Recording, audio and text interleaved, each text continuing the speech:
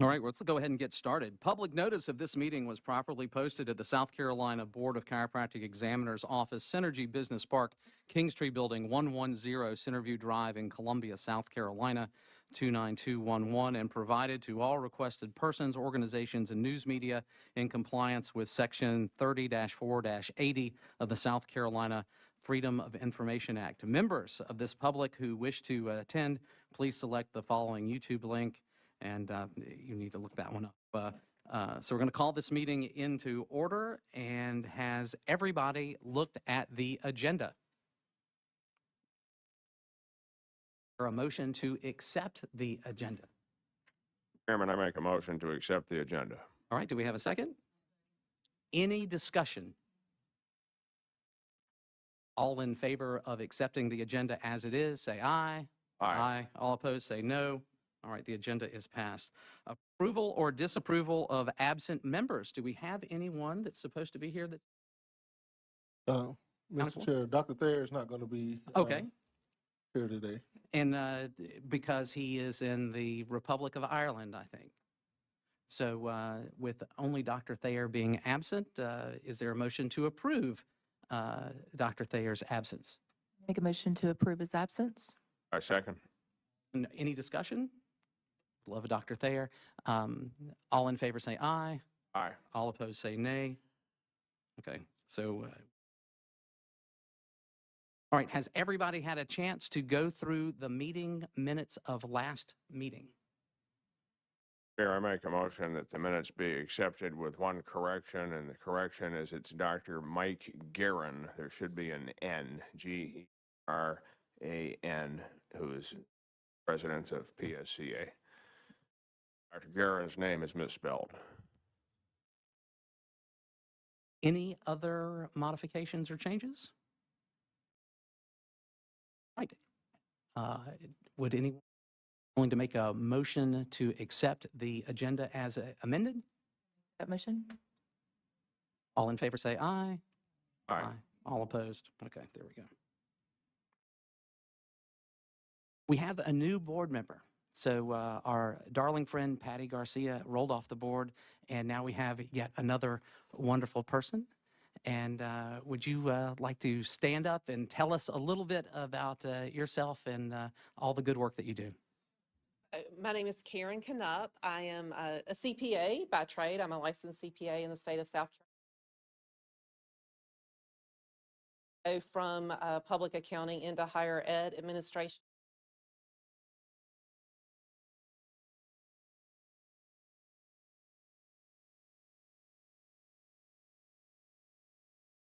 Welcome. Welcome. So we're going to jump to our administrative reports. So Office of Investigations and Enforcement Status Report. Good morning. My name is Yarixa Alexander. I am the lead investigator for the Health and Wellness Board, and that includes the Chiropractic Board. The first report is is for information only, and is the OIE status report.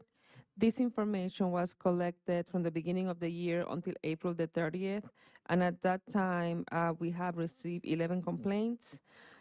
We have currently 9 active investigations, and we have closed 9 cases.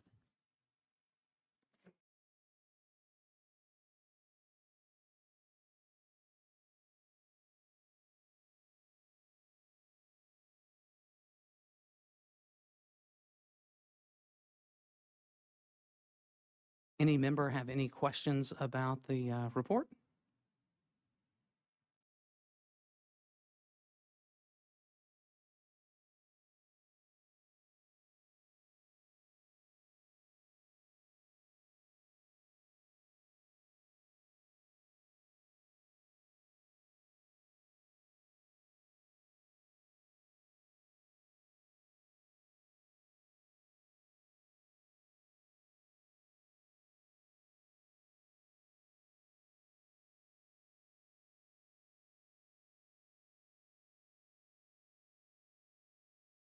Move on to our next report. So do we need to have a motion to accept the report or not? It's only for information only, Mr. All right, Chair. very good. So, right now, the Office of Investigations and Enforcement IRC report. Yes, sir. So for the IRC report, the IRC recommended 4 cases for formal complaint.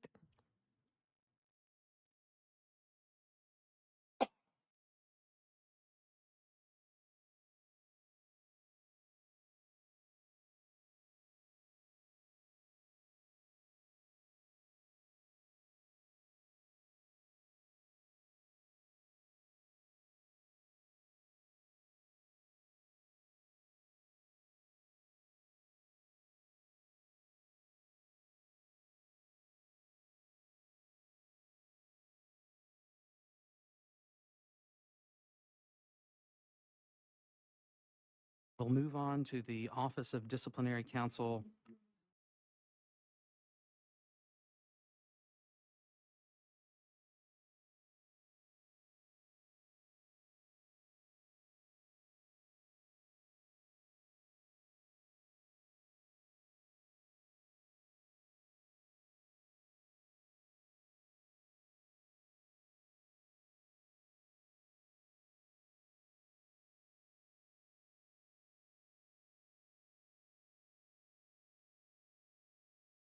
Chair, I make a motion that the IRC report be accepted.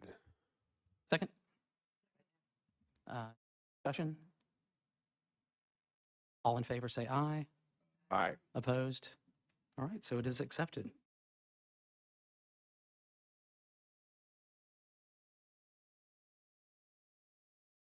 So this is Mr. Dong, who is another vice counsel for another board.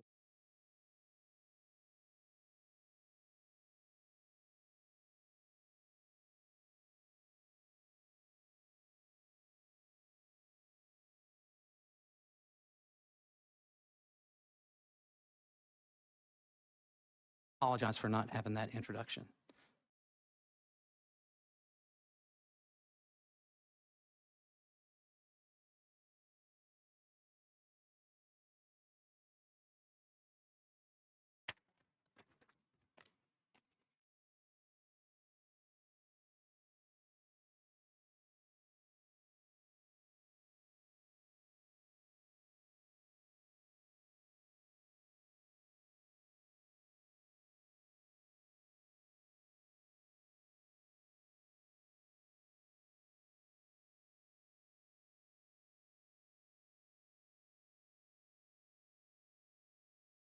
Right, the ODC status report. Morning. My name is Prentice Shealy. I'm your assigned attorney for prosecuting the disciplinary cases. For information only, I'll present our ODC status report. You currently have 6 cases in ODC, the Office of Disciplinary Counsel. 4 of those are pending agreements. You have none pending closure, and we have closed 2. 1 since January of 2027, sorry, 1 since your last meeting, 2 for the year. There you currently have no cases in appeals. So out of those 6 cases, you'll see 3 of those today that will resolve. But from the IRC report, I'm getting 4 more. So never ending story. But that is the status of our cases. I'm happy to answer any questions if you have any.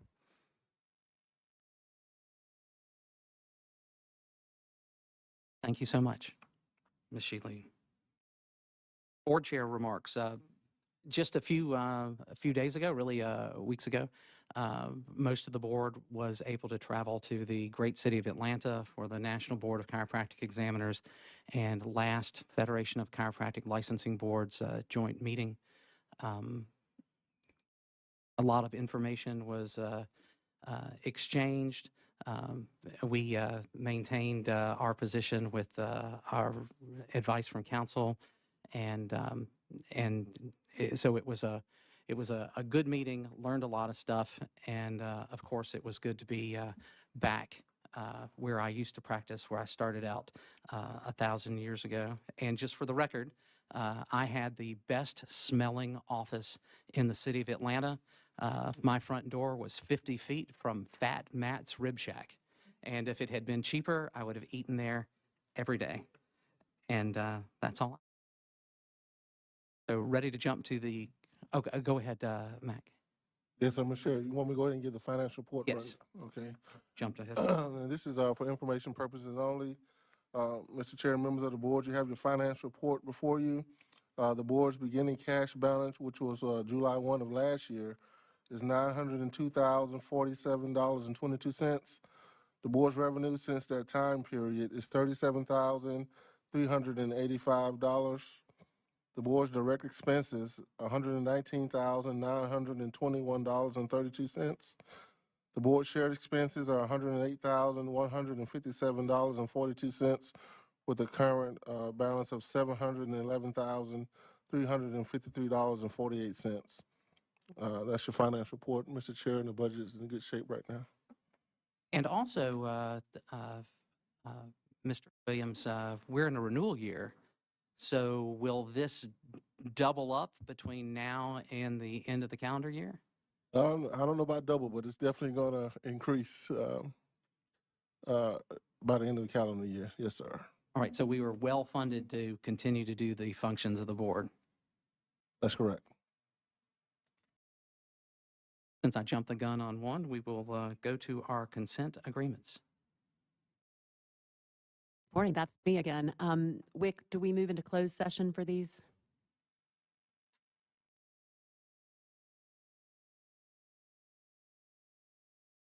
Since some of the consent agreements recommended private reprimand.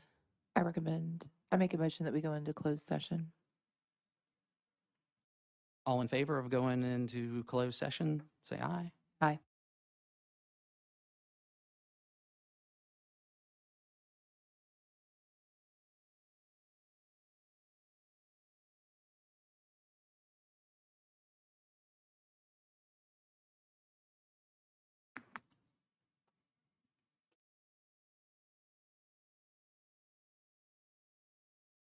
I was going to say, Mr. Chairman, I make a recommendation at this time to accept both of the consent orders as they were presented to the board. Second. All right, all in favor, say aye. Aye. Opposed? And we have accepted the consent orders as written.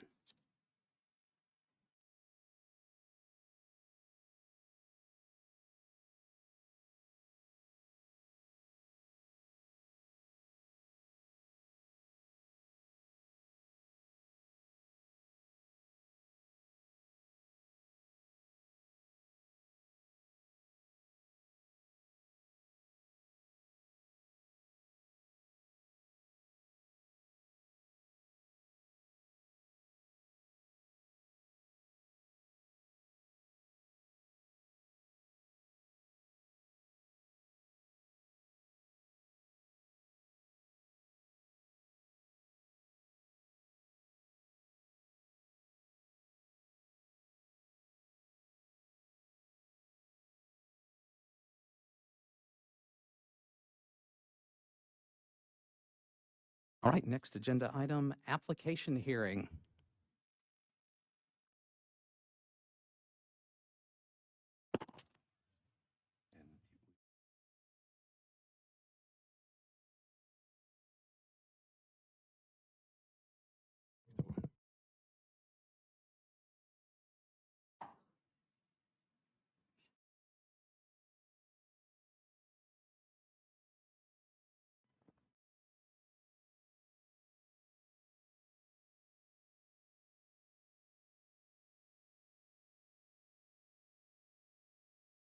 All right, this hearing is called to order. This is the matter of Dr. Eno Katola. I hope I pronounced that correctly. Sir. Does any member of the board have reason to recuse him or herself from consideration of this application? Seeing none, we'll accept that. Everyone is reminded that these proceedings are being recorded and that all witnesses must be sworn before they testify. All remarks should be directed to the chair. Mr. Williams, is the complete package in our materials? Yes, Mr. Chair. What questions did staff have concerning this request? Yes, Dr. Katola submitted an endorsement application to the board. Dr. Katola has a current license in the state of New Hampshire that expires on October 14th, 2027. The issue regarding this application is Dr. Katola answered yes to personal history question number 3 on the application. It states, have you ever been disciplined or sanctioned with regard to a professional or occupational license by any licensing authority, professional association, licensed facility, or staff of such facility? Dr. Katola is appearing today to address this matter with the board. Okay, did staff subpoena any other persons to be here today to answer questions we might have? No, Mr. Chair. And the applicant is present. Sir. Dr. Katola, are you represented by counsel? No.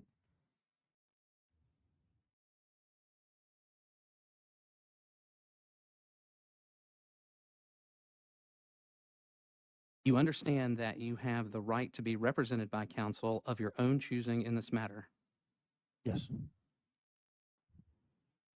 and you are electing to waive your right to counsel and represent yourself today. Yes. Dr. Katola, do you have any witnesses that you intend to call to testify on your behalf? No.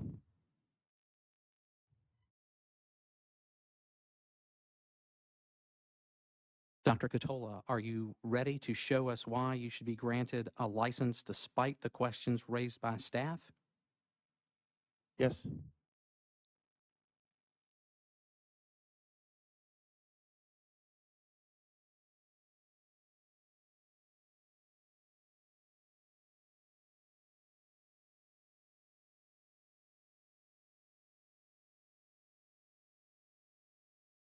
So I'm going to ask our court reporter to swear in Dr.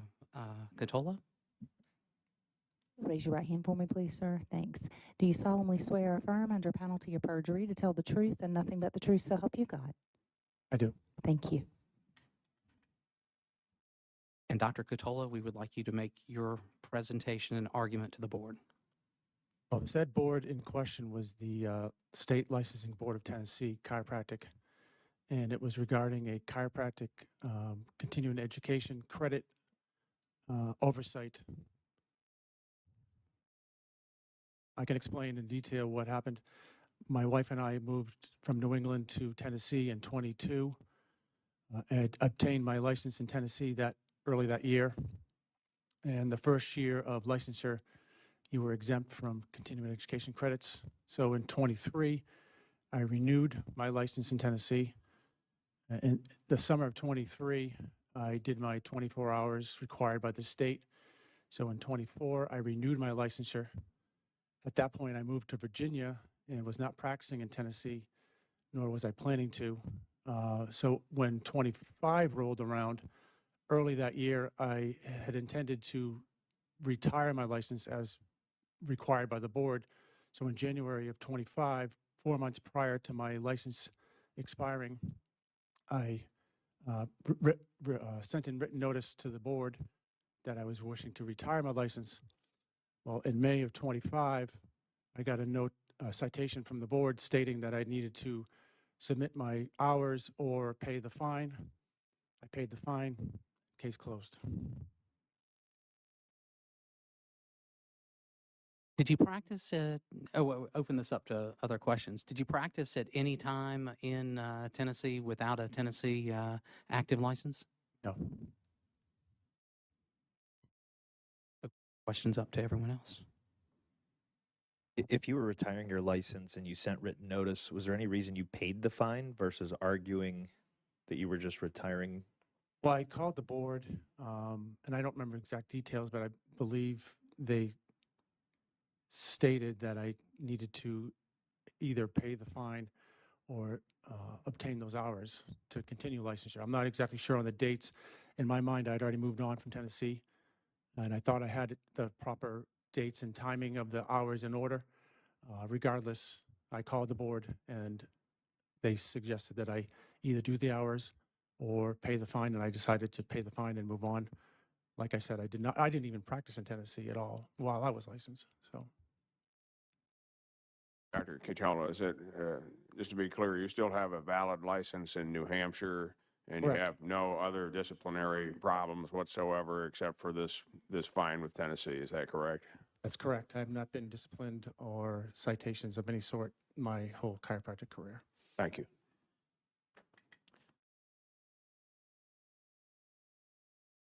Doctor, real quick, so in your opinion, it was just kind of a crisscross of clerical errors, in your opinion, time-wise?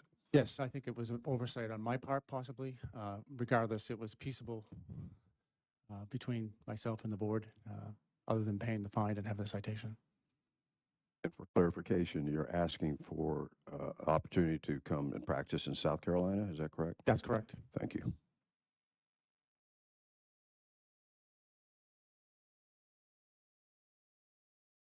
Take a moment to go into executive session to seek legal counsel from our vice counsel. Make that motion. All in favor, say aye. Aye. All right.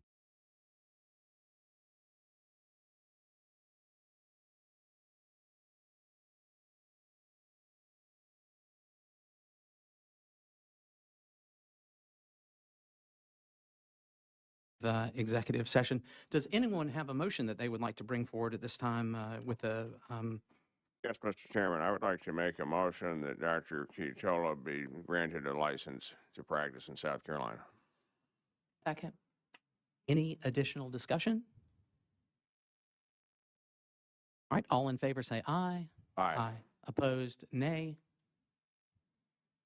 Okay, Mr. Williams, what will it require for this young man to walk out of this room today with the South Carolina license? You can meet with Jonathan. Jonathan can take care of him. Right, does that satisfy you, Dr. Katola? Yes, sir. All right, welcome to South Carolina. Thank you all.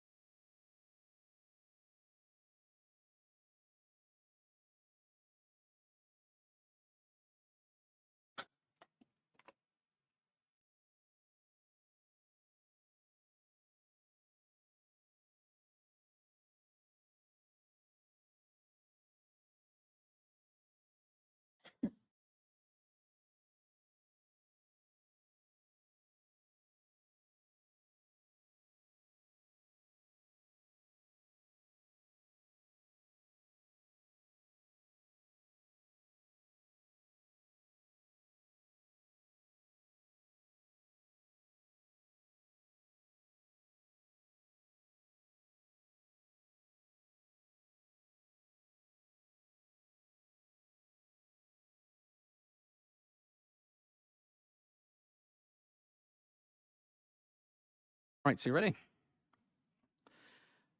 This hearing is called to order. This is the matter of Dr. Jack Dwyer Scott. My name is Dr. Gene Garrison. I'm the chairman. The attorney advising the board is Hardwick Stewart. The respondent is Dr. Jack Scott. Do you understand that you have the right to be represented by counsel of your own choosing? Yes. But you are electing to waive that right and represent yourself instead, correct? Correct. Represented by Prentice Shealy, Assistant Disciplinary Counsel. Does any member of the board have reason to be recused from this hearing? Seeing nobody? This hearing will be conducted as informally as compatible with with an equitable presentation of both sides of the case and in compliance with the provisions of the Administrative Procedures Act, the Practice Act, and the regulations of the board. It is my understanding that the parties will present a memorandum of agreement. Is that correct? That's correct. All right.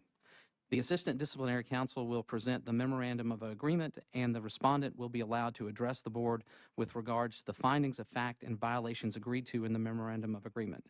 The respondent must be first sworn in, so we'll have that happen. Morning. If you'll raise your right hand for me, please. Do you solemnly swear or affirm under penalty of perjury to tell the truth and nothing but the truth so help you God? Thank you. All right, Ms. Shealy, you may proceed. Good morning. We are here in the matter of Jack Dwyer Scott, license number DC 2788, OIE number 2025-28. We have a memorandum of agreement we'd like to put on the record. And for the newer board members, the memorandum of agreement is a little different than the consent agreements we did earlier. The consent agreement has the respondent admits to the violations, admits to the findings of fact, and the sanctions are already in the agreement. The memorandum of agreement, the respondent is admitting to the facts, is admitting to the violations, and then the board will decide if they accept the memorandum of agreement, and if they do, what sanctions you'd like to impose. So small difference in that there are no sanctions in this agreement. And I can put that on the record. The respondent was first licensed by the board in March of 2023. He allowed his license to lapse on November 1st of 2024. He was reinstated on July 16th of 2025. The board does have jurisdiction over the matter.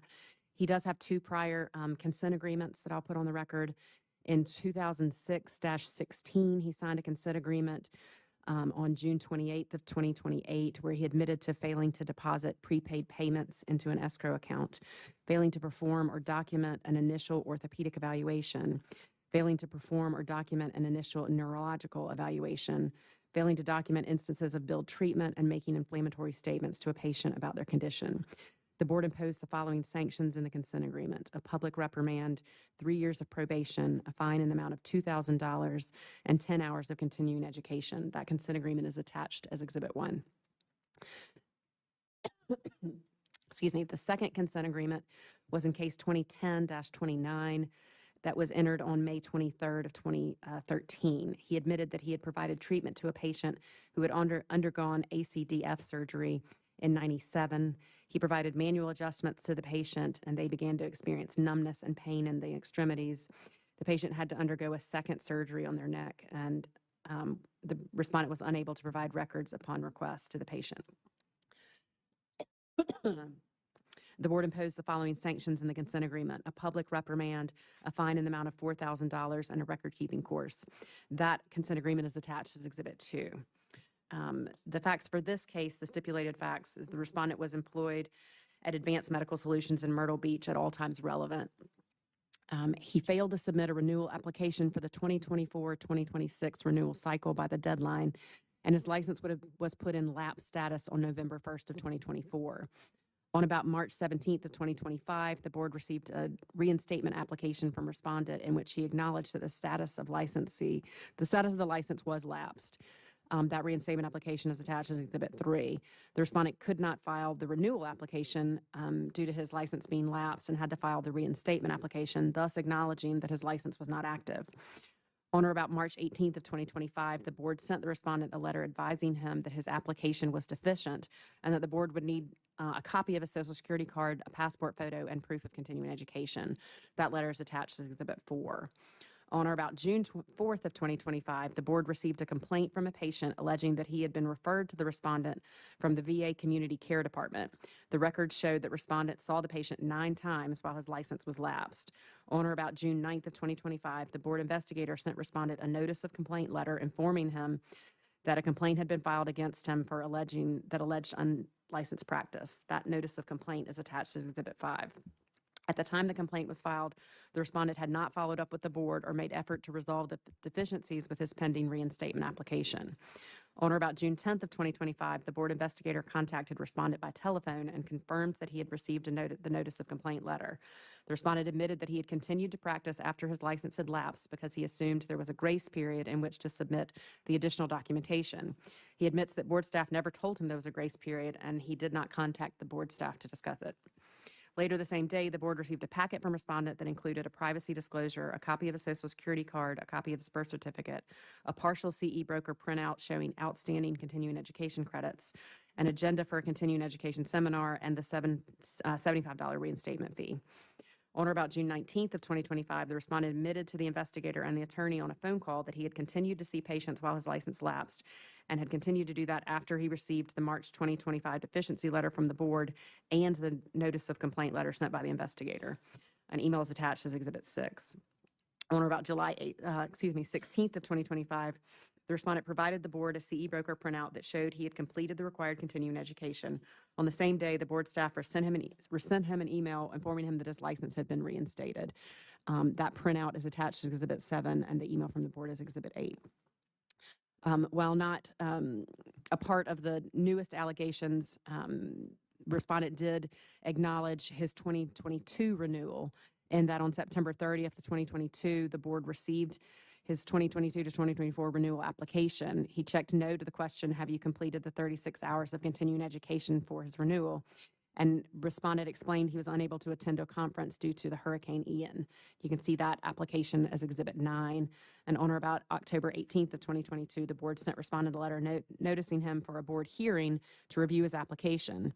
That letter is attached to Exhibit 10. On October 25th of 2022, the respondent replied to the board's letter requesting an extension without a board appearance. At the November 2022 board meeting, the board did approve a 30-day extension for the respondent to complete his CE credits, but that did have to go to a board hearing. That is attached as Exhibit 12. And at no point in the following lapse of his license in 2024 did the respondent contact the board and request an extension of his continuing education as he did during that prior renewal cycle. The respondent acknowledges those facts and admits that they are grounds for violation in the following manner. He's admitting he is in violation of South Carolina Code 40-9-9010 and that he intentionally violated or attempted to violate directly or indirectly in assisting and or abetting or conspiring to violate a provision in terms of the chiropractic practice, specifically in violation of 40-9-20A that states that no person may practice chiropractic in this state without a license. Also, South Carolina Code 40-9-96, and that he violated a code of ethics or regulations of the board, specifically that he practiced Regulation 25-6B5, and then he practiced while his license was lapsed. And also 40-9-97, and that the holder of the license is guilty of engaging in a dishonorable, unethical, or unprofessional conduct that's likely to deceive or harm the public. I do want to point out, as I was reading this, that I feel like the jurisdiction is probably incorrect, as he was disciplined in 2006 and 2010. 2023 cannot be his initial license date. I do not have a computer in front of me to correct that, but I would ask Mac or Jonathan to correct that, and we can amend that on the record. I'm sorry about that. Do y'all have that?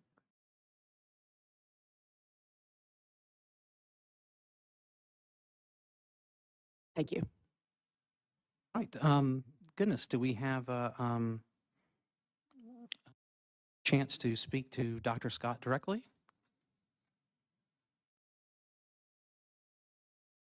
Dr. Scott, would you be willing to answer questions? Yes. All right, so let's open questions up to the whole board.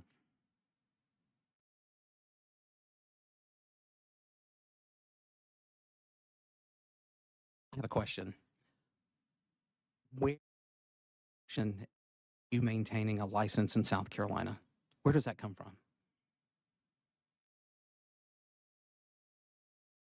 Some time constraints and emotional constraints happened, you know, the last year. Looking back on it, I don't have any excuse for that, and I do apologize to the board. I do understand how important this is. But it really is the golden ticket and what allows you to function in this state as a chiropractor, that you have hundreds of thousands of dollars invested in, and you know, largely what your life is wrapped around. So is there another issue that we need to be aware of? No, sir.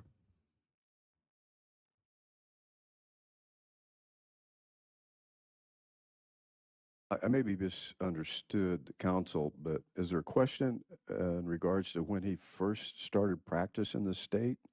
Right, I do not believe that date in the memorandum of agreement is correct. I don't think it can be since he's been disciplined, but I don't have, can y'all look that up in relays and let us know what that is? Yes, the first initial practice, the first initial license date is March 4th, 2003. 2003.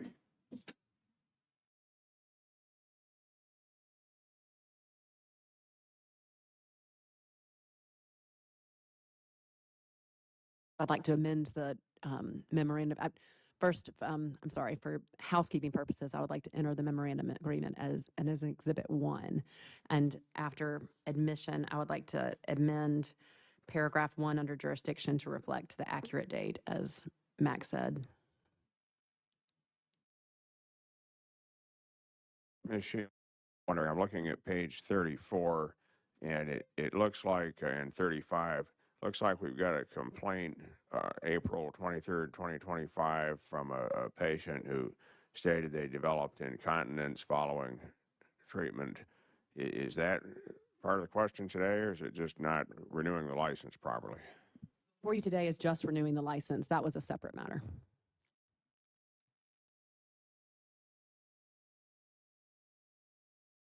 Any other board questions? And just to reiterate, Doctor, you have no alcohol issues or drug issues or anything in your past that would keep you from trying to maintain your license in an active status? No, sir. This past year, a year ago, my mother died, so taking care of her, helping my dad take care of her consumed a lot of my time and emotions. However, looking back on it, I don't feel like that's a good enough excuse. I failed to get those hours, and I do admit that. So was the failure to renew more because you didn't have the continuing education, or did you just not renew? Both. Have any continuing education at all that year or the past 2 years? Yes. How many And hours did you have? Do you know? I had many hours more than was needed. They just were not allocated properly to in-person versus online, et cetera. So what was about the mix? Was more than half of your hours in the wrong category, or did you believe that you had satisfied the requirements for South Carolina? I knew I had not. I knew I had not gotten the hours, and I assumed incorrectly that as I got those hours after the deadline, that my license would be retro-instated, and so that was a mistake I made, an assumption. I have a question, Dr. Scott. As we get ready to enter into a new renewal cycle, coming up here, have you been working on continuing hours for this upcoming cycle? Yes, I have 94% of it completed, just 2 hours of rules and regulation that are necessary for this cycle to be complete. I have a question. You knew that your license was lapsed, but you chose to continue to practice anyway. What your justification was and why? I assume my license would be retroactively instated. As soon as I was told that I did not need to practice, I stopped practicing. What date was that you stopped practicing when you realized that? I don't recall the exact date, but I was on the phone with someone, I believe, with the board.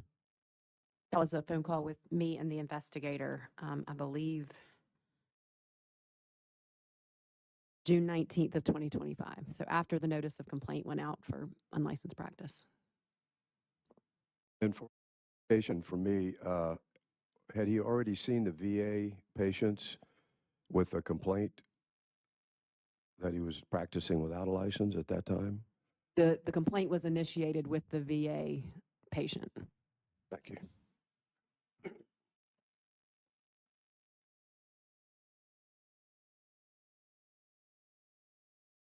All right, any other questions? Ms. Shealy and then Dr. Scott, would you like to make closing statements? I'll just say that the respondent clearly was practicing without a license. Respondent knew he was practicing without a license, and in 2022 had shown that he did know how to ask for an extension. So I would leave it in your discretion. All right, and Dr. Scott? I apologize. I did make a mistake. It won't happen again. And I don't feel like, and I would hope you don't feel like I'm a danger to the public. And I would also simply request possibly for a lesser fee, financial fee. That's all. All right, so the memorandum of agreement and any additional information presented today is submitted, and the board will take it under advisement. Is there a motion to go into executive session for legal advice from our vice counsel? I'll make a motion that we go into Okay. executive session. In favor, say aye. Aye. Opposed, nay. All right, so we are approaching.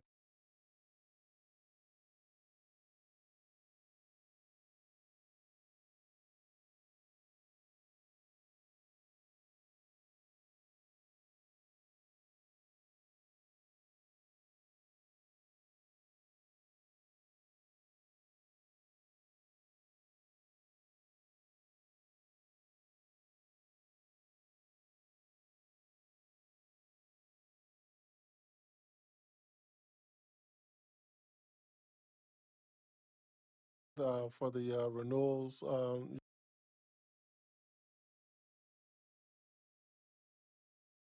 21. The renewal reminder did go out, is that correct? I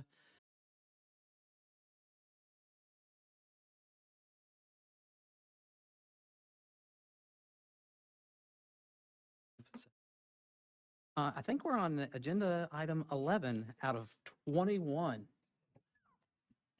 The renewal reminder did go out, is that correct, Matt? well, the verifications for the renewals, you should have received an email from the board just verifying your email address, preparing you for renewals, and we'll be sending out the renewal notice sometime in July, around the beginning of July, and so you'll have 30th to have your license renewed. On the similar thing, Mac, and we talked about this earlier, I don't know if we're in executive session or not, but do we not have a problem getting records from CE brokers to notify us if somebody is not in compliance with all their hours? Has that not been an issue for us?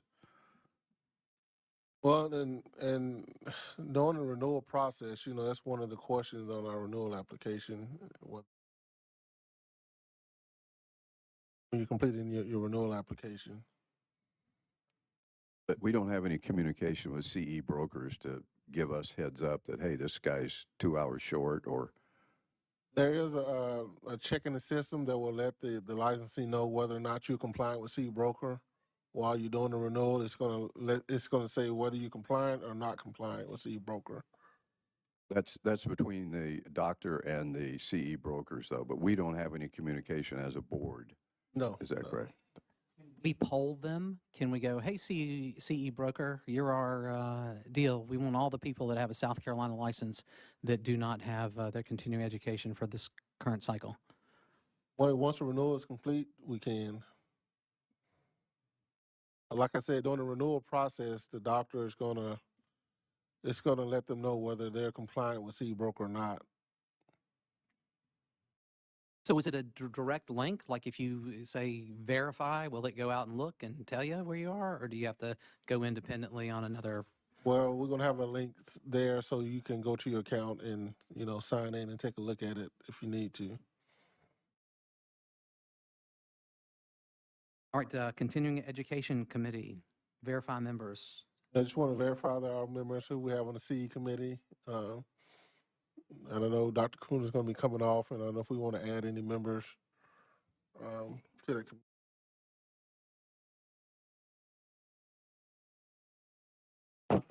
Dr. Kuhn, Dr. Thigpen, Dr. Garrison, Dr. Henry. Right, let's make sure that Martia can some sort of issue. Okay. And so, Anybody else have an interest in approving continuing education for the Dr. Hughes? Let's add her there too.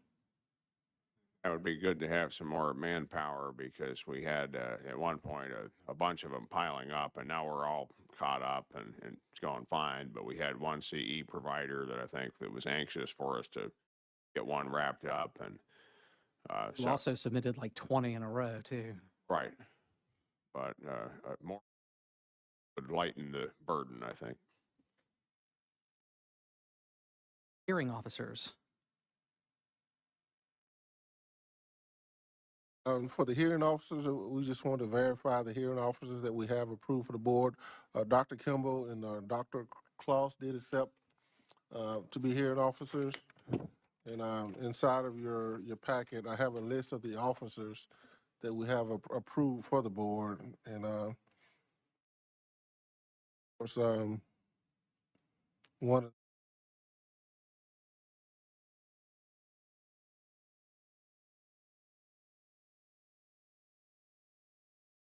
to remove any names or add any names.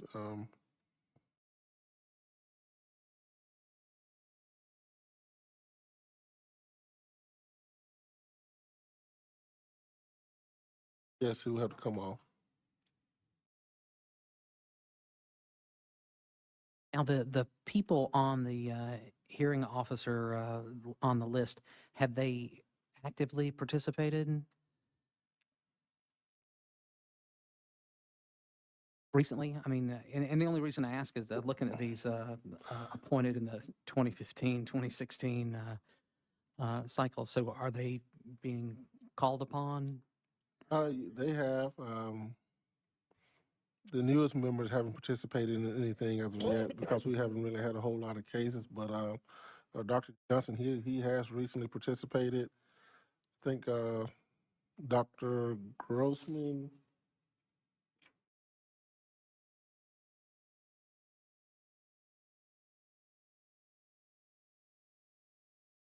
So they're still willing to do the job?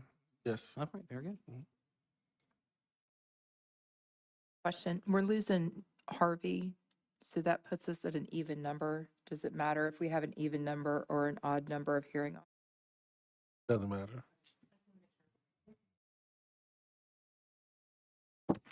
Next item, expert reviewers.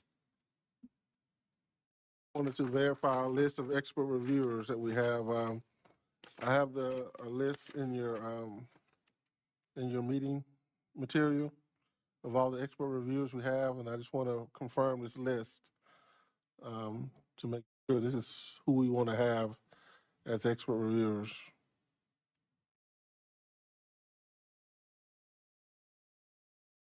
And does that still include Dr. Doug? Is that a conflict on the expert review? Because it was an IRC conflict.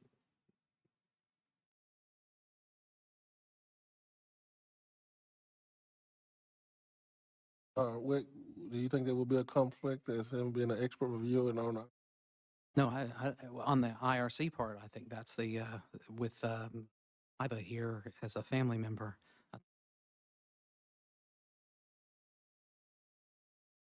But there's no problem with, I mean, it's sainted Dr. Doug Hughes. There's not a problem with him being a reviewer, is there?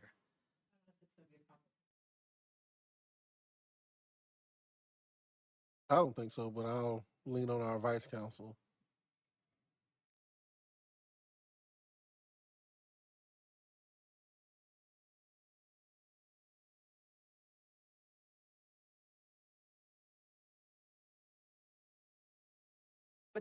What's their job that they do?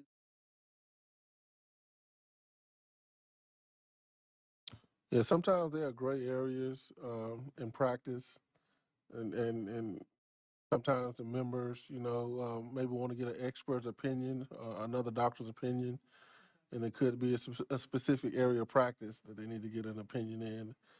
That's where our expert reviewers come in, and that will be part of the investigative process. That review will be provided to the committee.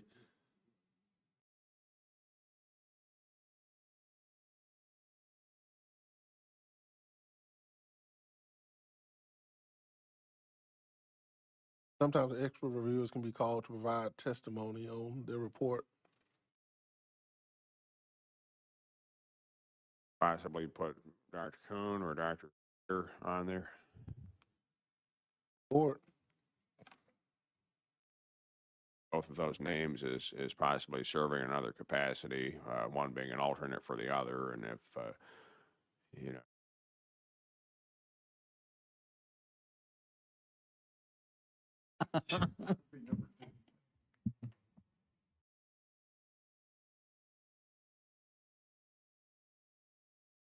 guys are worried about Doug being on it as a conflict. Take him off, put either Mark or Mike on. That work? Well, the question is there a conflict? Is there a conflict?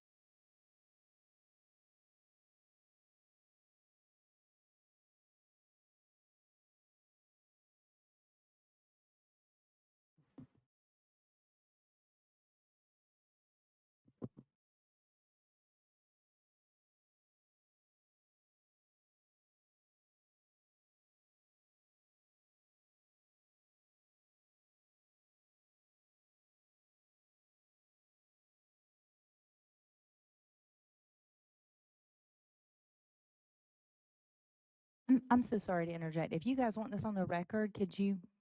Thank you. Yeah, I think it wouldn't be a problem because their roles are different. Adding expert for the people to consider whether or not there's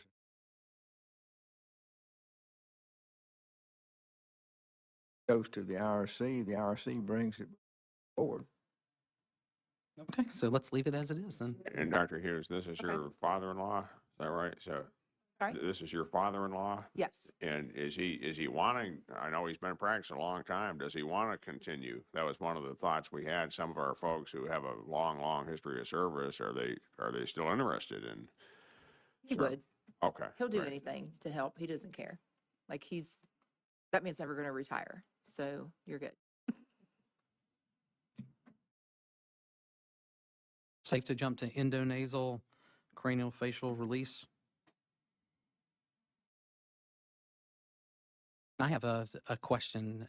As I understand it, it's putting in some sort of balloon apparatus into nose and expanding that, and that making a change, that not piercing an orifice.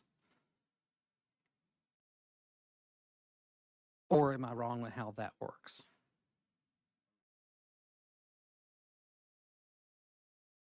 Board previously, before I got on the board, made the decision to allow internal TMJ and coccygeal adjustments.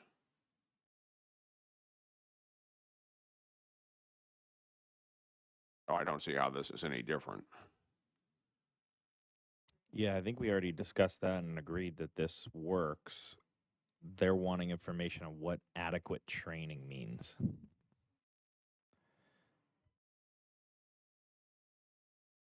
Something that could be considered investigational, and that there's not a great deal of scientific studies, just a couple of case reports, but a lot of procedures have not been validated through evidence and yet are not illegal.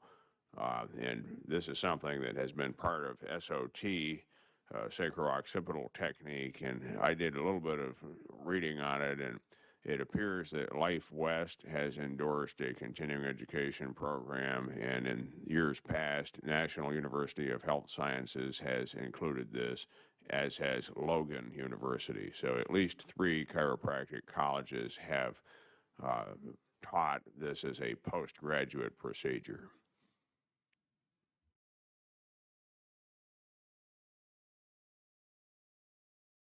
Life West, apparently they have a seminar.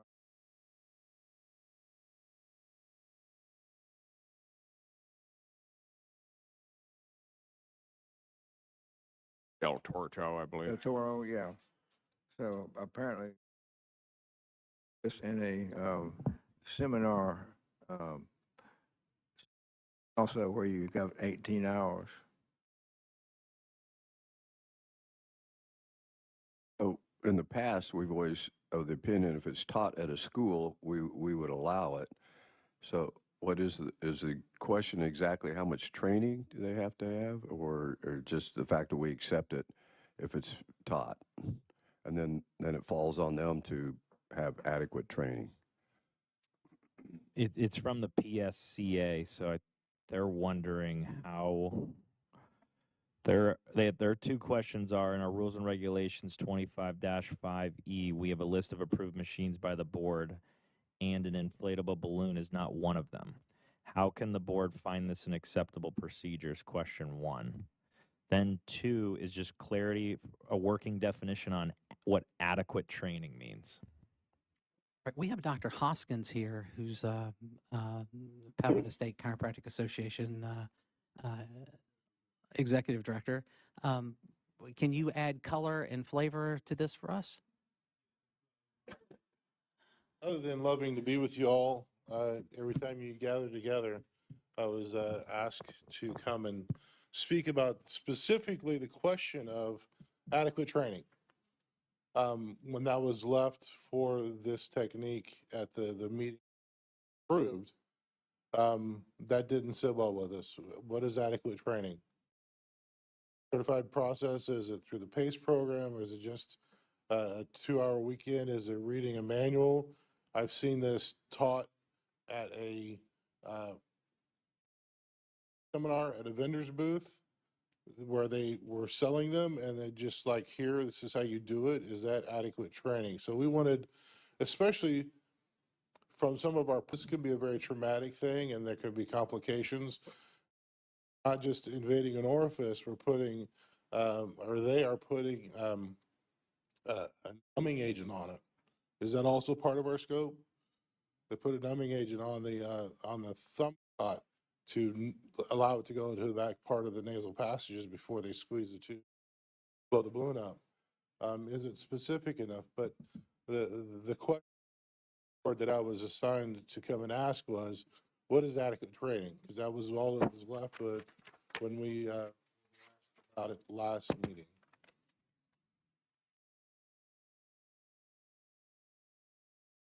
Certification, is it as it's been brought that, Del Tordo as an 18-hour program? And then the PSCA is very, very, very concerned about naming individual for-profit organizations in statutes as a certifying agency. So would like something that's like more than just adequate training. It's like a program approved by state CE,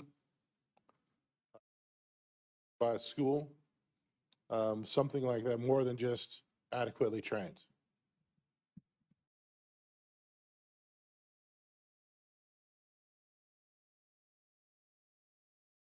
What's the best way for us to create a rubric for the what's considered adequate?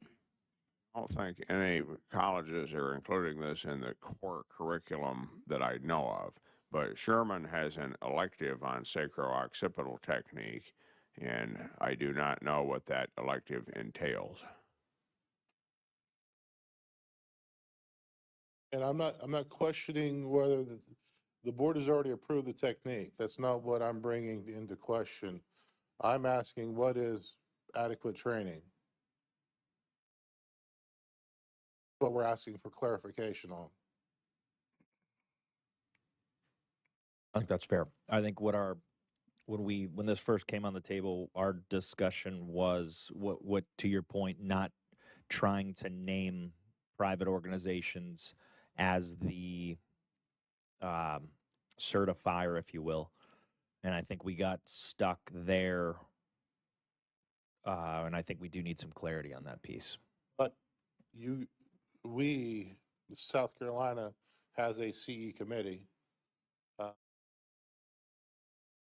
Adequately trained, to me, would be approved by state boards, approved by, we already have, I believe, some sort of working relationship with the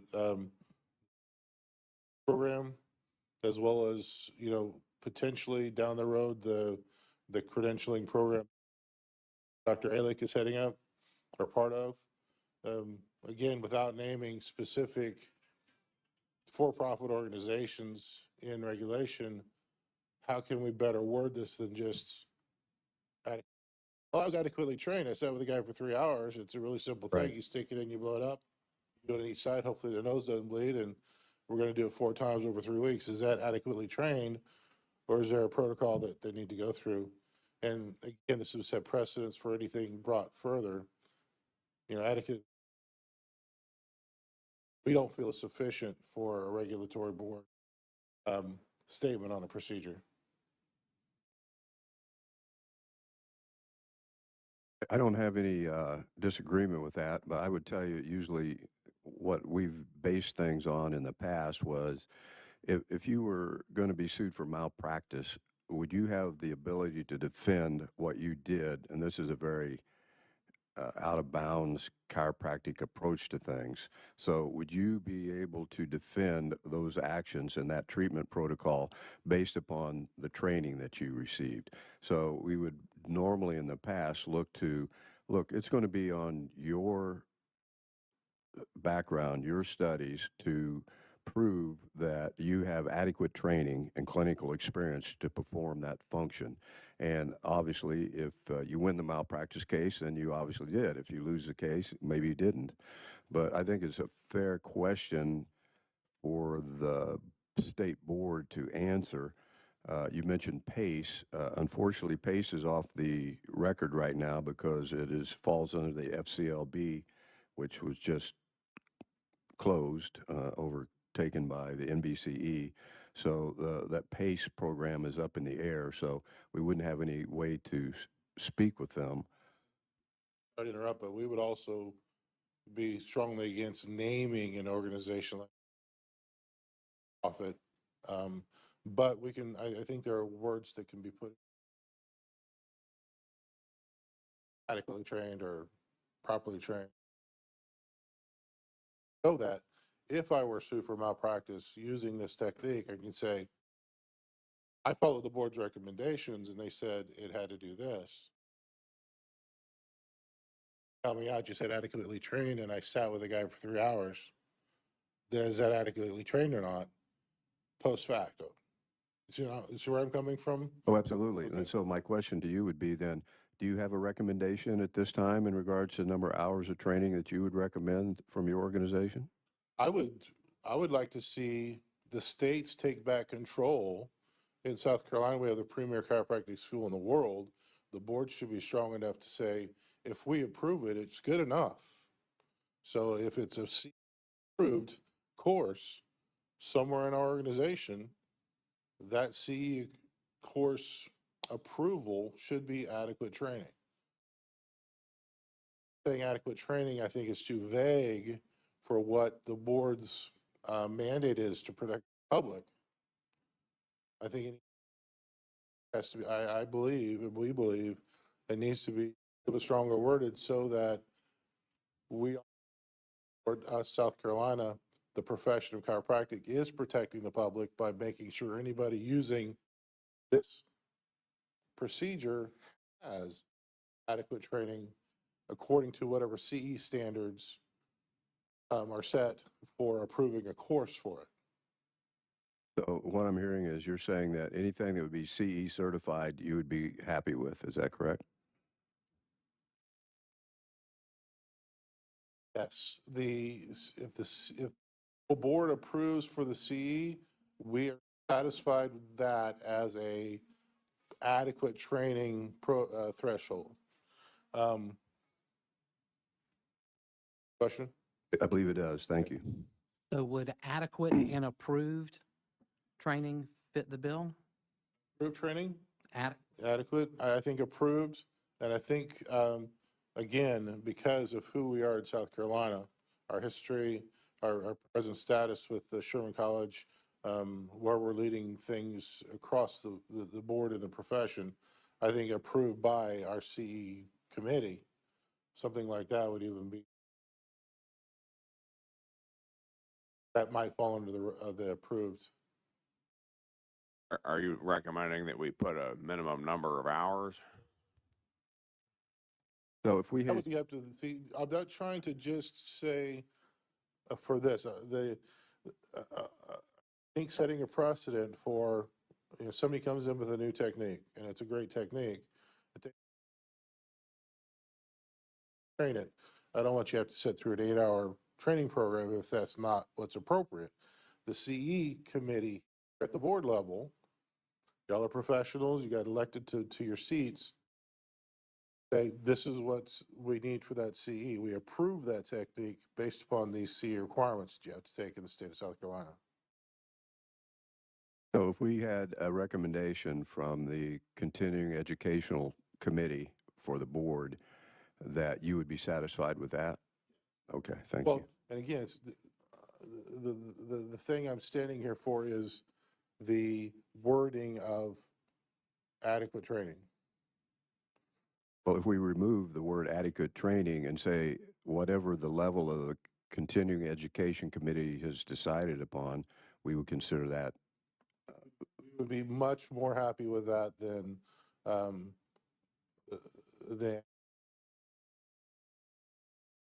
Thank you.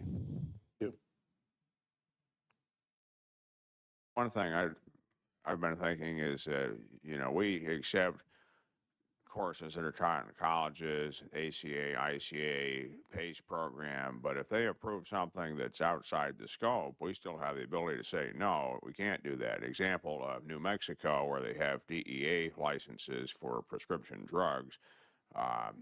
Animal chiropractic may be something that's allowed. It doesn't mean it's going to get automatically approved. So if PACE approves animal chiropractic, it doesn't mean that we have to say we're going to accept those hours. So the board retains the authority, but the ACA, ICA, accredited college, or PACE language is intended to be a labor-saving device so that they pre-screen some of this stuff.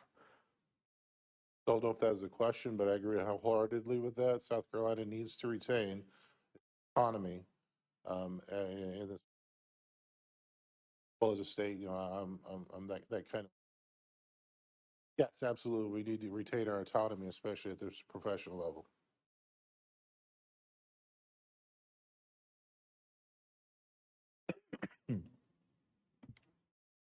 Action item? Do we need to do things? What do we? We now make a motion today that we would recommend that I forget the name of it, the balloon insertion protocol be overseen by the Continuing Education Committee, and whatever they recommend as valid training, we as a board accept.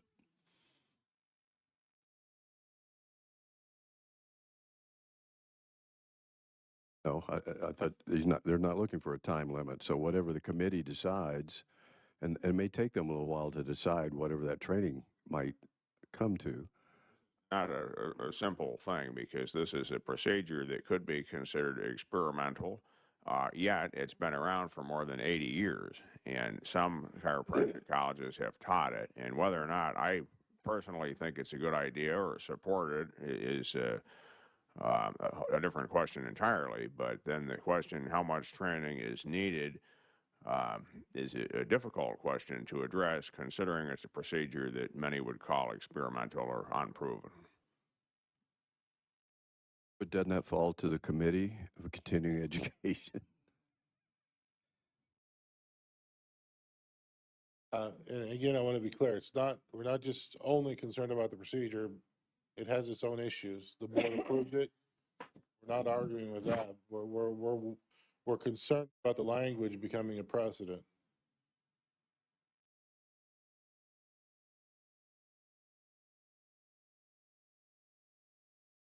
I think at a minimum, a training program should cover the anatomy, proper assessment or analysis of the patient, indications, contraindications, and some hands-on practice at a CE program, such as what's been done with dry needling, things like that.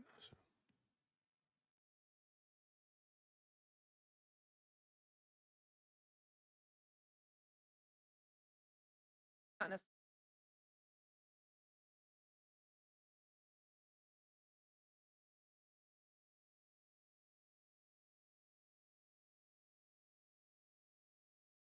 I believe you hit the nail on the head. I think we understand your concern and appreciate your time here today. I appreciate what you guys do. Thank you for serving our wonderful state and our wonderful. Okay, ready? Foreign licensed chiropractors? Yes, Mr. Chair, I placed it on the agenda just to kind of get some guidance from the board in regards to foreign educated chiropractors. We got an email from a chiropractor who's educated in France and is looking to come into the United States and come into South Carolina. And so just kind of want to get some guidance from the board as far as education and credential evaluation and just kind of handling foreign educated doctors. Would he be considered voted the best in France? Mac, I didn't see, he's not taken any of the NBCE boards, correct? No, Okay. he's just trying to find out about the process here.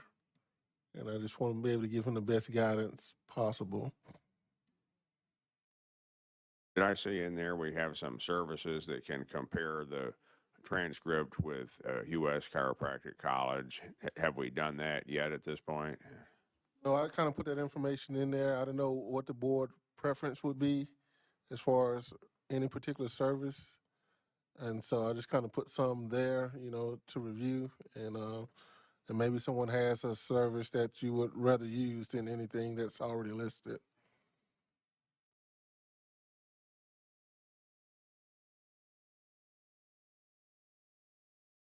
I can't believe that this issue hasn't come up sooner. Have we not had other foreign graduates coming in? No. Here, once we starting to get a few emails about questions about foreign educated chiropractors, so that's kind of why we're bringing it up now.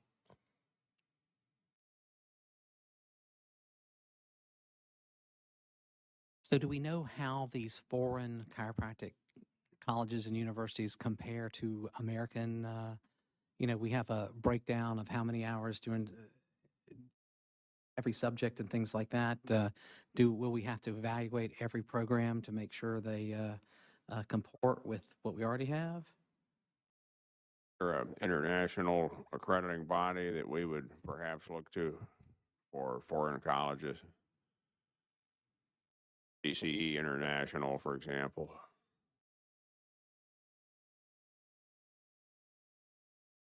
Years ago, when this first started with Canada, there was an issue with Canadians coming to the United States going to Canada, and formed the World International College Committee. But there was no regulation. I mean, like you said, if you 2,000 hours at Life, it might be 800 hours in France or Spain. So there was really no good correlation. I think pretty much at that time, the thought process would be that they need to go through the NBCE and take parts 1, 2, 3, and 4. And that was the advantage of the NBCE. Same reason that we quit doing individual state testing, to show that it's a fair and even test across the board for everyone. So that was our recommendation about 3 or 4 years ago.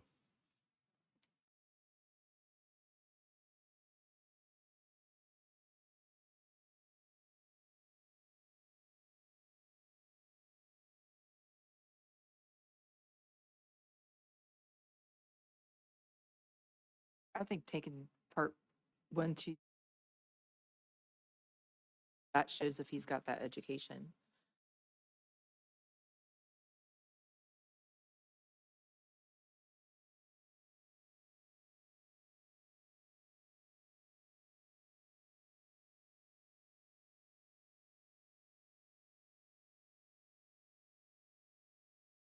I don't think that's unreasonable to ask that they pass the boards. If one of us wanted to go practice overseas, we would have to do the same thing, whatever their country requires. Practice in the state as an American, we still have to take our boards. Yes. So yeah, I think that's fine. What's our state law say? We have to, I think it's literally states you have to pass NBCE, but then and graduate from an accredited university. Or I'm trying to find where's our language. 40-9. Because I think then his question is, I think he's aware he has to take all the boards. That makes sense. But I think what comes into question is, do we consider his education to suffice whatever that second part is, wherever our language is? It does appear to be an accredited college.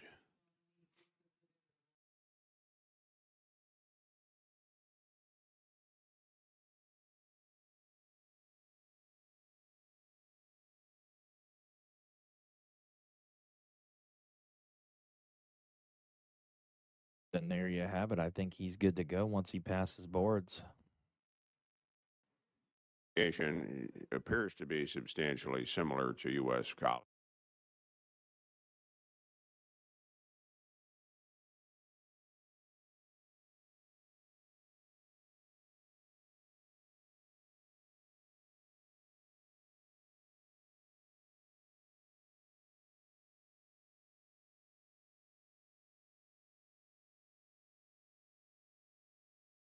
Problem is that takes about 3 years to do.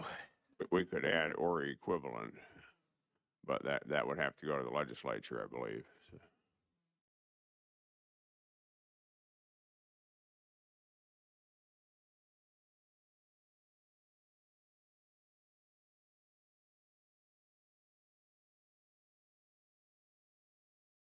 Did we answer your question, Mac, or do you get further discussion needed? So we're just gonna accept the transcripts as is without really verifying the education and just require the all parts of the national exam. Is that what I'm understanding? In my opinion, if he can pass the entirety of the national board, he's proven himself.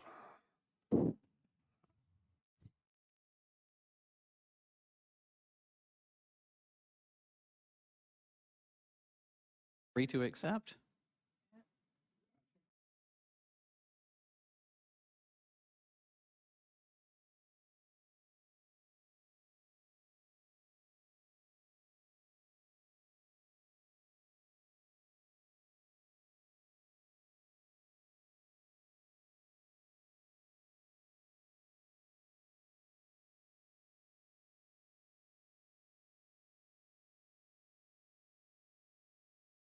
Can you use your microphone, please?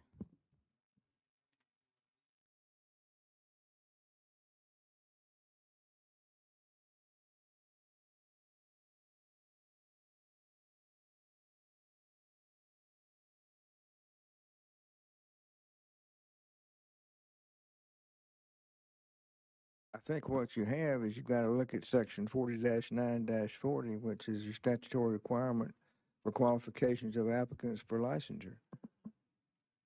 I think we already have in there or meets equivalent standards. So would that not include international colleges that are accredited? I think the board would have to make that determination. I mean, you would have to say that this particular college.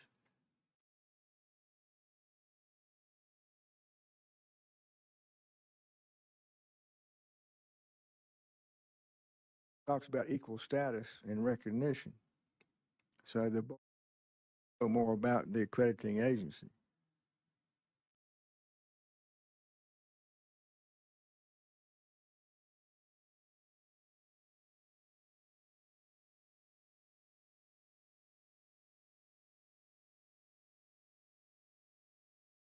I think this is a well-known college in France. I don't speak French, but I believe this is one that's been around a long time and is accredited through the international brand. You not go through the same process? You're going to submit his paperwork to the board and transcripts and then parts 1, 2, 3, and 4? I mean, isn't that the normal protocol? Guessing what he's wondering though is should he even take the test if his school doesn't, if we don't take his transfer, then he's probably not submitting anything or taking the test. Contact the CCE or the Commission on Accreditation and see if his school meets their standards. Probably could. What's that, That'd be Dr. Little? easiest. He's head of that. Yep, that's our move. I don't know if they would fall upon the CCE, probably the international, I guess, arm of CCE. Yeah. BCE Europe. And I'm looking it up right now, but I do believe it is accredited. Okay, Institute Franco-European de Chiropractic, Paris. I think that's the one in question. So it is accredited by CCE Europe. Perfect. Then he's good to go. The American CCE accept the European one? Do they have the same standards? That's going to be on the NBCE, right? I would think NBCE would not let him take the test if he hasn't met the requirements. And I believe it's sufficiently difficult to take the test in one's native language, so taking it in a second language would be quite a challenge.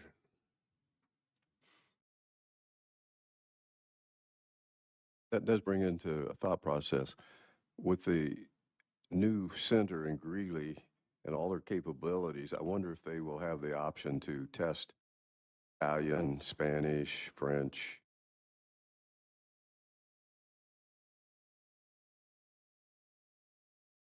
Because there will be more international students who probably want to.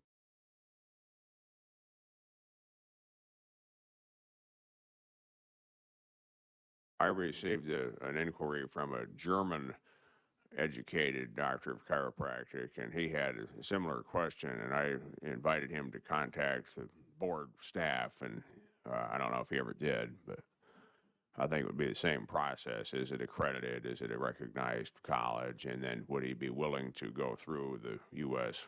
board exams? That it was accredited though, correct? By European?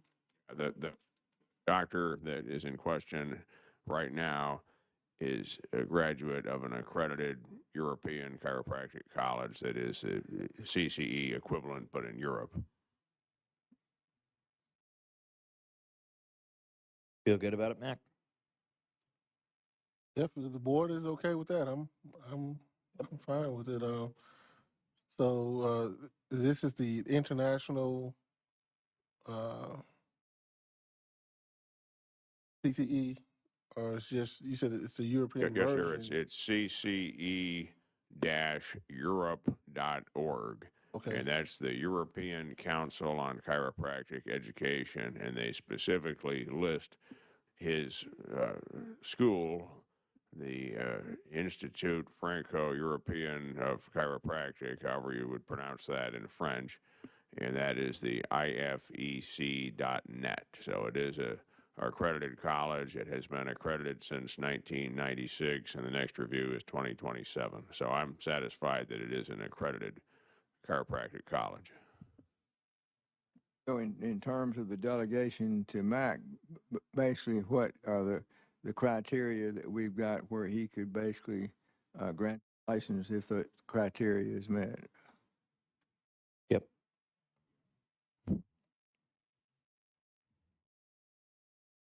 Would that be a motion that someone would make? That would be clear in terms of what the delegation is?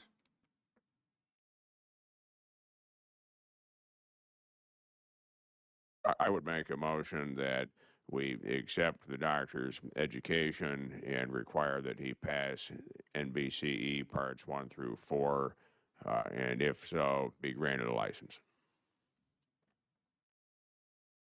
We clean it up a little bit, you know, because I feel like we're just tailoring it just for him. but I think we need to open it up for other applicants as well that are foreign educated. So I guess applicants who graduate are foreign educated who are accredited by CCE. The ECE. education is accepted by the board, and if they meet all other requirements, then staff can.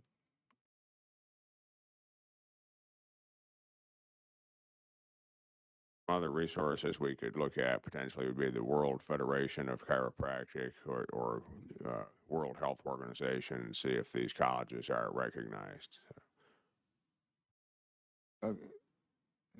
Mr. Hoskins is raising his hand in the back. Maybe he's got.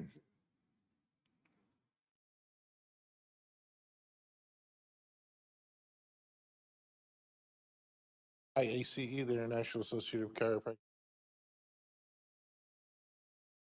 Dr. Myron Brown is Executive Director.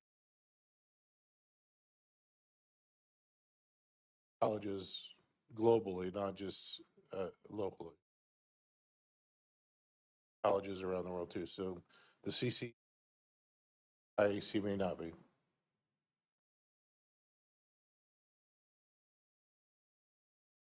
And could that be thought of as a more modern version of the Straight Chiropractic Academic Standards Association, which we have listed in section 40-9-40 as an acceptable program? Version of it's morphed, it's more robust, but it is directly from that.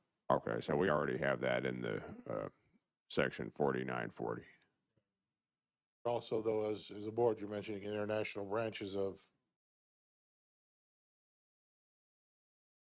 Wasn't aware if you knew it or not, but that's the international branch of that organization. Thank you. Thank you.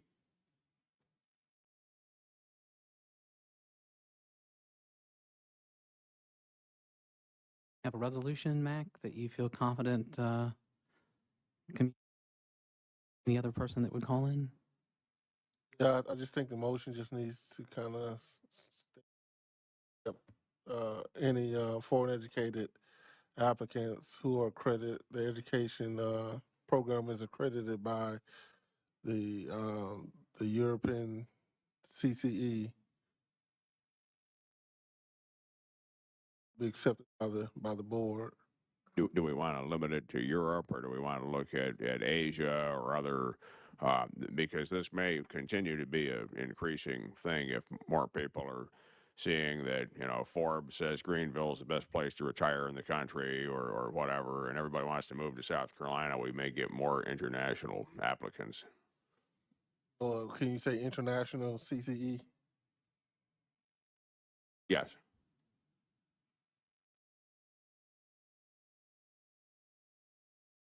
Should we add and other organizations judged equally by the board? Or equivalent?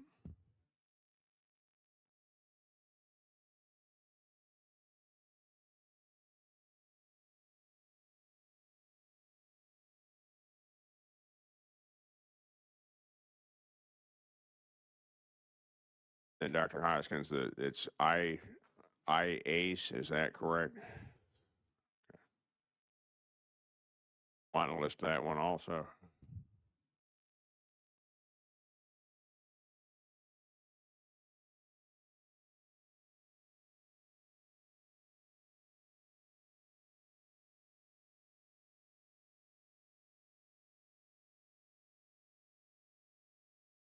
Toss it in there. Why not?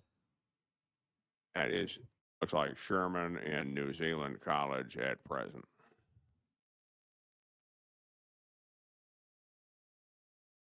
Okay, is that clear? Who can put all that together in a delegation? Dr. Henry, you want to restate your motion with all that in it? Yes, I would like to. Do we want to limit it to this one applicant or make it more broad? Is that the broad? Okay, so I think the motion that I'd like to make is that when receiving applications from international graduates, that we accept applications from those who have graduated from CCE, SCAZA, IACE, or international equivalents thereof. Second. Part 4 boards, 1 through 4 boards in PT, or can that be left off? I think that's under a different section. Okay, I just want to I make sure. think this would only be the qualification for application, that they have to have an undergraduate education and they have to have a Doctor of Chiropractic. So we're only addressing the section 40-9-40 qualifications of applicants for licenses, and we're broadening that to include international applicants, as well as updating the name of what was once called SCAZA. Now it's basically a new entity, IACE, IACE.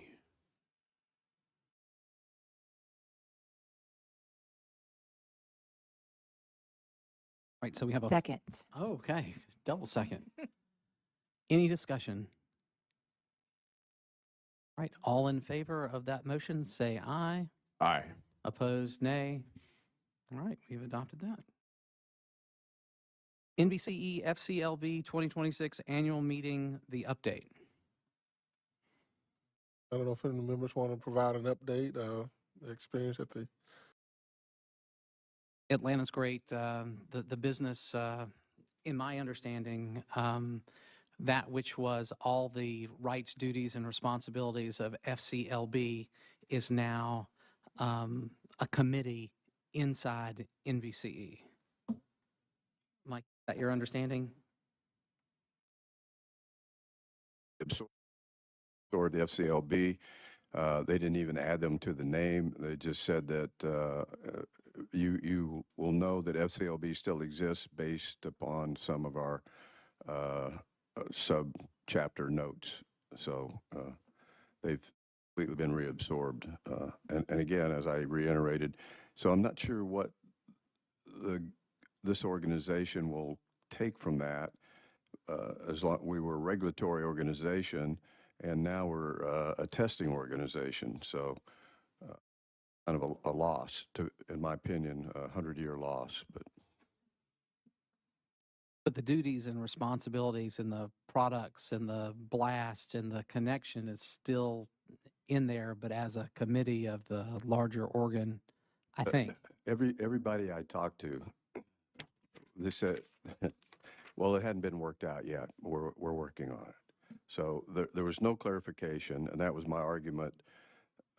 They kept calling for a vote because they said that, well, the charity of the NBCE was giving $250,000 a year to the FCLB to keep them afloat. And they said, and it'll be up in a short time period, it'll be up in a short time period. So I asked, I said, when is the time period? It was going to be 2033. And I said, that's like 7 years down the road. Why do we have to take a vote today? But the politics of the situation is they just ramrodded through the vote. They needed 22 votes. They got 23. They barely passed. And it's a disparate organization for sure. And again, everybody I talked to, I said, well, what's this? How's this going to work out for you? We don't know. We're trying to work that out and figure it out. I would thought that those fine details should have all been worked out and everything been in place well before the vote took place, but obviously it didn't. Anybody else that was there that had a comment, or someone that didn't go there and had a comment? Well, I'll just add, Mr. Chairman, that was my first annual meeting, so it was of course tedious, spending most of a week, away from home and sitting through conferences. But there was a lot of educational benefit to me as a relatively new board member. So I think a couple topics they touched upon. Artificial intelligence was a big one that they talked about. And then, of course, we had Dr. Carl Cleveland III, and it was a great historical perspective going back to, I think it was his great-grandmother who was a chiropractic patient and started that dynasty. So I enjoyed the conference. I found it to be valuable. So I'm glad I was able to attend. and look forward to going to more of these types of things because it's nice to interact with people in other states and see how they're handling issues. Will these continue now that there's this merger, or what will that? I definitely think that you should attend the next meeting so that you have a feel for, is this really just a testing organization now, or do we still get some regulatory information? I think that'll be important for the next annual meeting. For anybody who wasn't there, we had a good talk on the opioid crisis, and we had a doctor who's the current chair of the Tennessee State Board of Medical Examiners, and he's a recovering opioid addict and now is an advocate for non-opioid options. So that was a great talk, in my opinion. And one of the things that he touched upon was that as a doctor, you have more resources to get help than the average person, but we need to maybe have a pathway for our recovering professionals, which I think we've done that. Sure. Dr. Hoskins.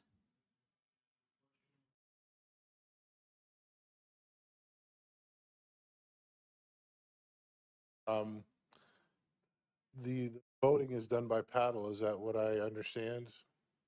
Normally, that's how it works.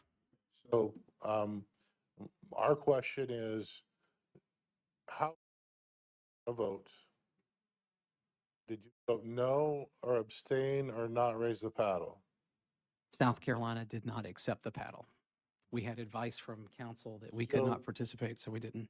The way that worked then concentrated yes votes, because the way we understand it is they counted the number of people that actually voted and took the 2/3 from that number by not even accepting a paddle, concentrated the yes votes. That's not correct. The individual there, I forget his title, accountant, the attorney, said any absentee vote would be counted as a no vote. Okay. So help me understand, because I'm not, We abstained. South Carolina abstained, so that would be considered legally a no vote. and how many state organizations are part of the vote? There were 33 states there. They needed 22 to get a majority, and they got, that was not, the vote will not be published for whatever reason, but That was a clarification we needed, because again, we feel South Carolina needs to be sovereign in what it does, and by not even picking up, by the way we understood, they're not picking up a paddle that concentrated the yes votes. that's not correct. They were very clear. thank The you. legal attorney for the NBCE and the FCLB both stated that an absentee vote would be considered a no vote in this situation. That was a clarification we needed to understand how we're represented. And Well, your representation will never be counted because they will not release what states voted yea or nay. opportunity to ask that question. Sure. All right, let's do some of these NBCE, FCLB, actually NBCE, going back, gosh. NBCE Part 2 Test Development Committee, approve a member to attend. Who would like to go? What's the date on that one? June 20. Get rid of 2. Is that already in effect? Well, that's not in effect, but that But they're was one of the trying. revisions of, one of the, because there are 2 bills out there, and they're kind of sister bills, and I'm willing to go or be an alternate, either way. Willing to go.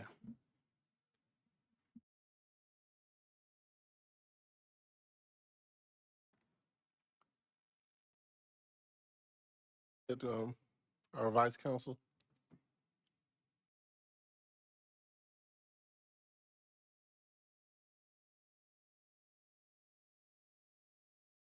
Right now, is that the regulatory issues in terms of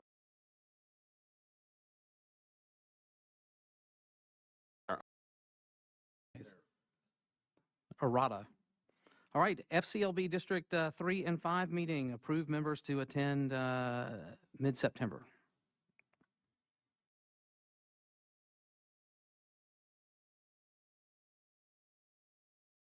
That one New Orleans or is that one New Mexico?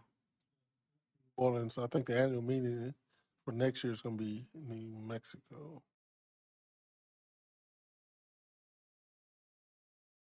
And who are the people that normally go to these things?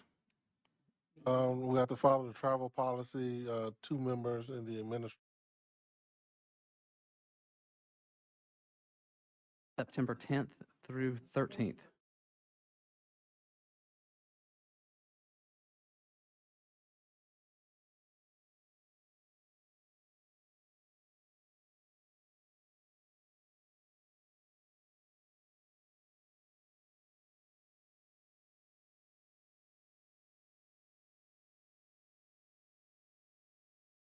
I'm willing to go or be an alternate.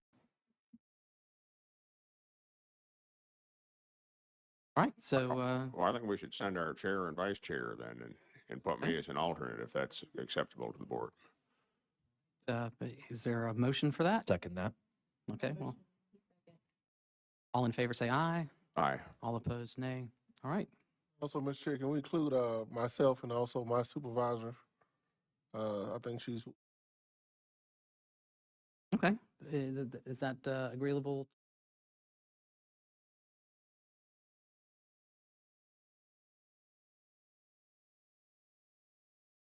Yes. Yep. So all in favor of including Mac and his supervisor, say aye. Aye. All opposed, nay. Okay, so, wow, this is a legislative update.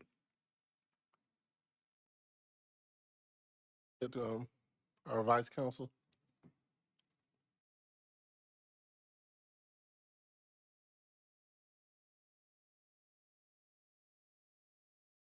Right now is that the regulatory issues in terms of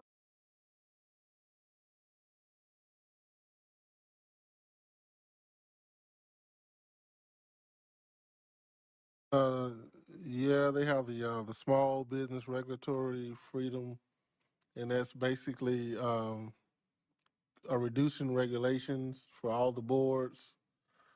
One of the bills may have like a sunset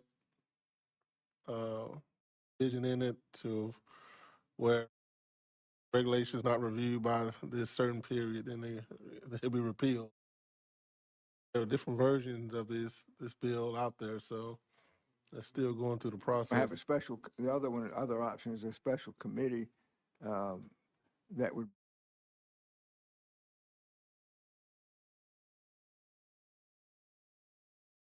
one was kind of a drop dead situation, and the other one basically had you.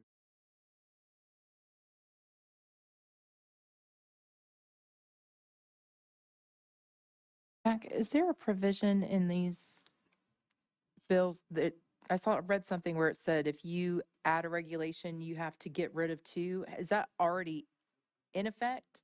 Well, that's not in effect, but that But they're was one of the trying. revisions of, one of the, because there are 2 bills out there, and they're kind of sister bills, and one of them did have a provision in it that if you add a regulation, you'll need to get rid of 2 regulations.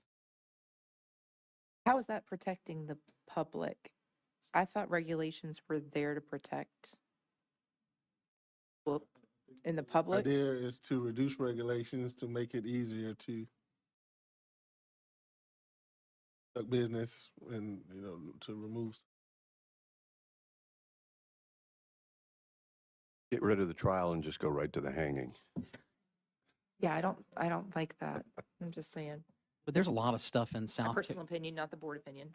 in South Carolina law that's just crazy. The office I used to work out 1,000 years ago required that the Highway Patrol submit all uniform changes to the Secretary of State of South Carolina. So the Secretary of State had to have a book that had the color drawing specifications of the uniforms for the members of the South Carolina Highway Patrol.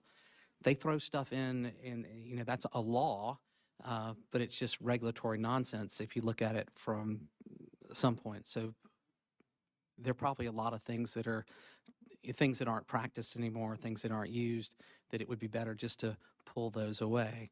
And if you can, if you have a new regulation that you want to promulgate, you might be able to find two that are not good, not worth keeping on.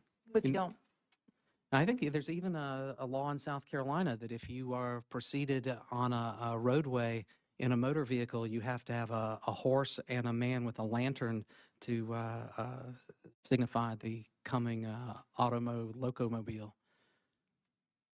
my worry is, what if we have something we want to approve, but we don't find two that are worthy of being dumped out? Then we They would don't get that new regulation to protect the public? They would probably end up combining, and we're not going to allow you to do this, and maybe a couple more ands. I think for the most part, our regulations are up to date because we've used our regulations over the past few years, and made changes as necessary. So that because we have been making changes through. I think they're fairly concise compared with North Carolina, at least.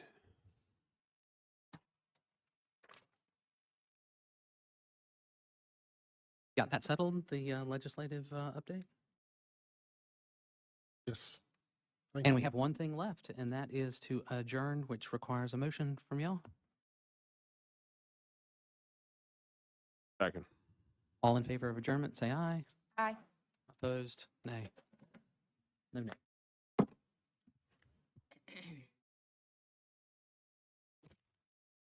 Barely going to make it to work.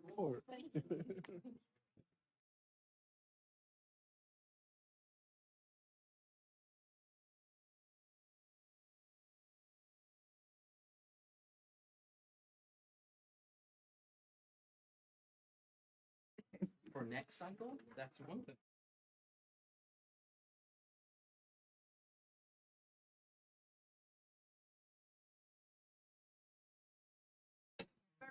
I'm going to be late to work.